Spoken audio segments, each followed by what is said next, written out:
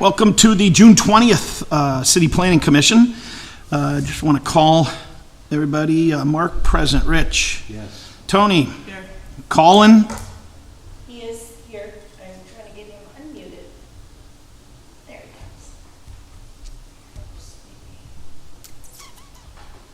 Colin, you present? I saw him. He's accounted for. Okay. And Jason. All right. Everybody read the minutes? Yep. I know there was nothing in May, but, what was that, April minutes, right? Yeah. Mhm. Anybody have a problem with them? If not, I need a motion. Make motion. And a second. Second. I'll second. All in favor? Aye. All right. Okay, the blighted properties designations. Good morning, How or you good doing? afternoon, I should say. In front of you is a resolution for the Planning Commission to designate 20 properties that were previously blighted by the Blighted Property Review Committee. This list is, our second of this year for the Redevelopment Authority and our aggressive fight toward blight. This list contains one property that dates back as far as 2007, all the way up until ones that were blighted as early this year. 3 vacant lots and 17 properties that contain structures that we are wishing that the Planning Commission to designate as blighted. All right. Everybody look through those? So now we look through them. We good? I need a motion then. I'll make a motion to recommend blight. Yep. And a second? Second. I'll second. All right. All in favor? Aye. Aye. Right. Thank you very much. Yep. Thank you, Aaron. Okay, now we got the alley vacation.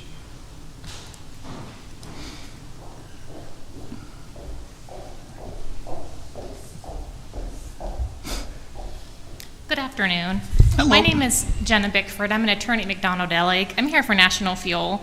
I also have Matthew Dabowski here with me as a representative of National Fuel if there are any questions. We filed this petition to vacate an alley. This alley was recently discovered. It runs south from 11th Street between Peach and State. So this is behind the National Fuel building there at 1100 State, and it's adjacent to the City Parking Authority parking lot.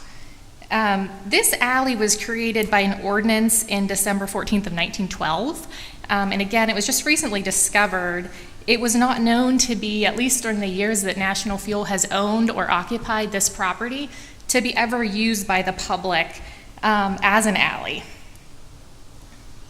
The reasons to vacate the alley are set forth in our petition, but primarily because this has not been used by an alley in some time, it doesn't help the public access or travel. The alley doesn't currently connect anywhere. It used to go further south and connect to Peach Street, but the bottom portion of that alley was vacated back in the 70s. So currently, it's used for parking by National Fuel. It would be a better use of this property to vacate that alley to continue the use of the parking by these parties. The adjacent property owners, the City Parking Authority, and also Pete Zafras to the south have approved and joined in this petition. There are no known affected utilities in this alley other than perhaps Verizon, which may bring service into the National Fuel building. And we've spoken with Verizon, and certainly if we find that utility is located in this alley, the parties will work out access for that, Okay. continued access. I was going to say, because I saw the email that they Yeah. were stating, hey, there's Yeah. a, Nothing was marked by the utilities, but Yeah. there's some belief it may be located there. yeah. And obviously, National Fuel will want that service to continue. Okay. Are there any questions? I don't have any questions. No, you good? All good. All right. Well, I need a motion. I'll make the motion. And a second. I'll second. All right. All in favor? Aye. All right. Thank you very Thank much. you. Thank you. Thank you.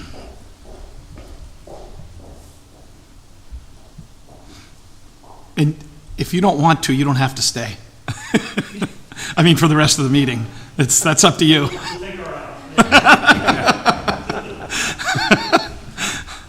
I've been on Thank that you side again. before, sitting there going, do they need me anymore? Thank you very much. All right, Planning and Neighborhood Resources Activity Update. Good afternoon. Hello. Hi. My main topic for today, I think all of you have the overview sheet in front of you. We have finished the process of the Buffalo Road Neighborhood Plan. You all have approved and recommended to council previously the East Bayfront Neighborhood Plan and the Academy Marvintown Neighborhood Plan. This plan follows similar structure to the Academy Marvintown Plan, kind of lays out different project areas, including like housing and property improvement recommendations, infrastructure improvements, and economic development opportunities in the neighborhood, and crime and safety. So this kind of one-page overview gives you a taste of what is all in the plan, and the plan is posted on the city's website now. So I was just going to run through this one-pager with you all. If you have any questions or comments, I'm happy to take those. Anything about the plan that you have questions on or the process, I'm happy to answer that. And then next month, we'll bring this back and ask for a recommendation to City Council for adoption and approval of the Buffalo Road Neighborhood Plan. So just bringing it forward today so you have time to review and look at the document on the city website. And if you have any questions or any comments, I'm happy to take those today, or you can send me an email as well. So this neighborhood is bounded by the Bayfront Highway on the southwest side and 12th Street on the north side, and then it goes all the way to the city's easternmost edge on Bird Drive. So those are kind of the boundaries, and it has 2 census tracts that make it up, and you can see the demographic breakdown on the first page there. Pretty diverse census tracts from each other, I think is important to note. We have Housing Authority properties on the north side of Buffalo Road, which is Census Tract 15, and we have more residential area and industrial area south of Buffalo Road on Census Tract 16. So 2 fairly different neighborhoods, just as a note, I guess, as in terms of demographics. We worked really closely with Gary Horton and the Urban Erie Community Development Corporation, whose office is around the north side of Buffalo Road, and they do a lot of work with the residents in that area, especially in public housing. So they kind of helped us craft a lot of the vision and the recommendations in this plan as people who are interfacing with residents every day doing that community outreach. So you see this neighborhood vision, a lot of this came out of the conversations that we've had with that group. And they have come up with the neighborhood vision as building and growing the future. And breaking that down, about 50% of the zoned use in this neighborhood is industrial and manufacturing, and that's pretty significant for this neighborhood, and it makes it unique as well. We have a lot of immigrant and refugee families in the neighborhood and are growing a lot of home gardens. We did a GIS project with some of the students that are enrolled in the community center over there, and they identified 90 home gardens just between Downing and June Street north of Buffalo Road. So there's a lot of things growing over there. And then another important demographic note are that of all of the residents in the neighborhood, both census tracts, about 45% of those are under the age of 18, which is our highest concentration I was just going to say, is that high? Okay. So about half of the people in that neighborhood are under the age of 18, which is wow. The highest concentration. It's very significant. So when we think about building that industrial manufacturing, growing all of the gardens, and then the future, the youth that are present in that neighborhood are significant. From there, we kind of take that vision and break it down. Like I said, we have those project areas. So the first one being housing. We completed, as we do with all of our neighborhood plans, a property condition assessment. So we assessed about 2,000 of the residential properties in that neighborhood and gave each a condition ranking based on the outside facade of the property, and identified it on a scale of 1 to 5. And you can see the pie chart breakdown on the right there of the conditions in the neighborhood.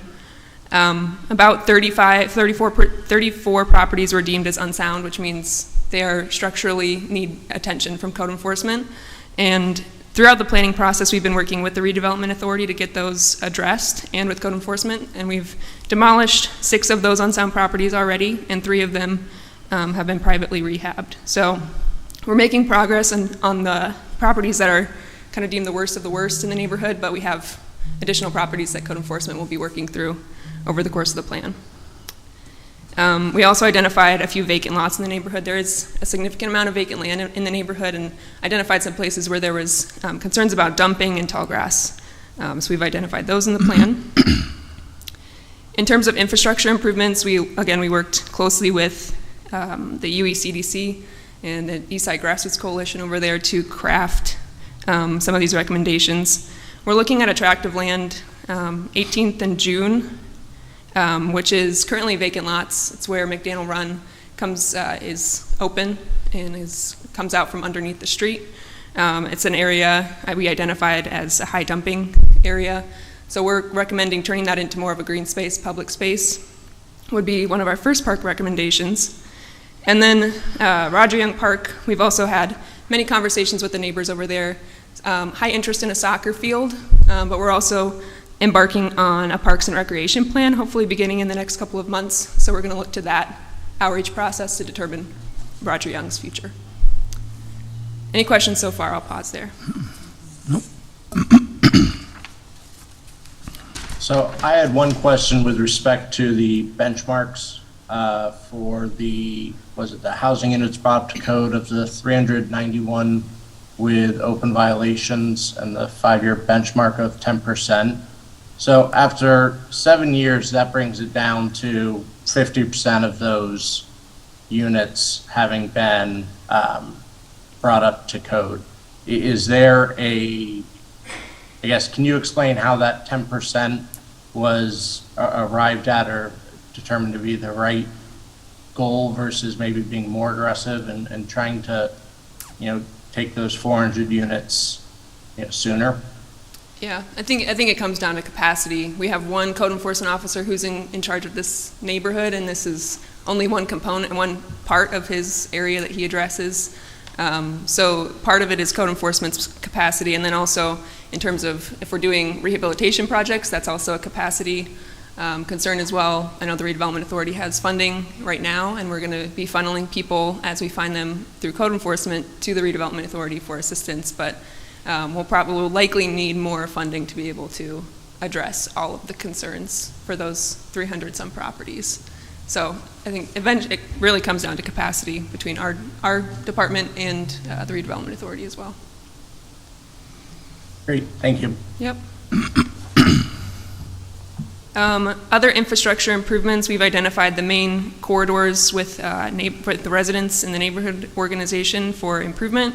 So Buffalo Road, Fairmont Parkway, Broad Street, Downing Avenue, and Bird Drive have all been identified as in need of improvement, and that includes sidewalk repair, as it was a major concern for residents, as I'm sure a lot of you have heard.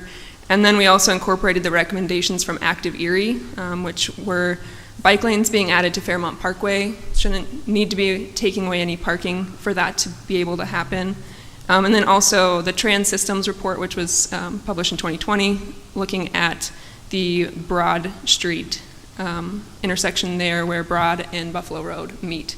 So doing some safety work at that intersection, and then also adding bike lanes along Broad in front of that commercial area. So those were identified as just high traffic areas in the neighborhood, and also kind of major inroads and outroads through the neighborhood as well. And then we have 3 major economic development opportunities that were identified in the plan. The first being that Perry Plaza facility that is on Broad and Buffalo, and identified that as the main commercial area for the neighborhood, and doing some facade improvements to make that a more welcoming and vibrant neighborhood space. Savakio Opportunity Park, the Grow Erie initiative, just broke ground, I think last week. So just outlining the initiative that is going on over there with the Minority Community Investment Coalition and the city's support of that. And finally, the Burton School redevelopment.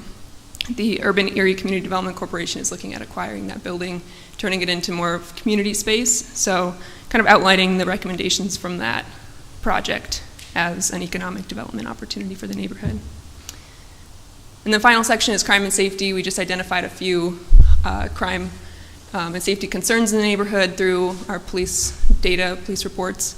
And the neighborhood has a high interest in implementing a camera registry program so that when there are crimes that occur, the police have an easier way to get those, get access to cameras if they have a registry that they can pull from. So the DA's office has instituted a process for that, so we're hoping to partner with the DA's office to get more people registered through that. So that... Is there Yep, go ahead, Colin. Sorry, with respect to crime and safety, is there any expectation or plan to maybe make some of that information more publicly available? I mean, if the community clearly is interested in, sharing that information via videos, helping address that, is it going to be kind of a two-way street where the information is shown in like these heat maps you have? Yeah, I mean, the heat maps are listed there in the document. We'd have to talk with the police department about making anything more detailed than that public. Just I know there's some legal concerns about that, so we would have to chat with them. But the heat maps are there, and you can see some emerging, I guess, hot spots that can be a place to start doing outreach for the camera registry project. Thanks. All right. Any other questions, I think we're concerns, good. comments? Thank you very much. Yeah, thank you. Yeah, we'll be back in July, and we'll ask for your recommendation to council then. Okay, thank you. Yeah, of course. Thank you. Thank you, Aaron. All right. I'm assuming we have no public comment. Andy, anything? We're good? Nobody online? No? Oh, okay. All right, I need a motion to adjourn. I'll make a motion. And a second? Second. All in favor? Aye. Thank you very much. Thank you, guys. Thank you, everybody. Thank you.